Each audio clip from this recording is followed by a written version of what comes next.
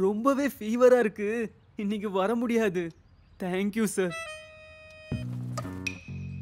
என்னைக்கு India match நடக்குதோ அன்னைக்கு பாஸ் கிட்ட போய் சொல்றது வழக்கம் தானே. யோசிச்சு பாருங்க, இவ்வளவு கஷ்டப்பட்டும் நம்ம டிவில ஸ்போர்ட்ஸ் சேனல் வரலன்னு தெரிஞ்சா எல்லா சந்தோஷமும் க்ளீன் போல்ட் ஆயிடும்ல.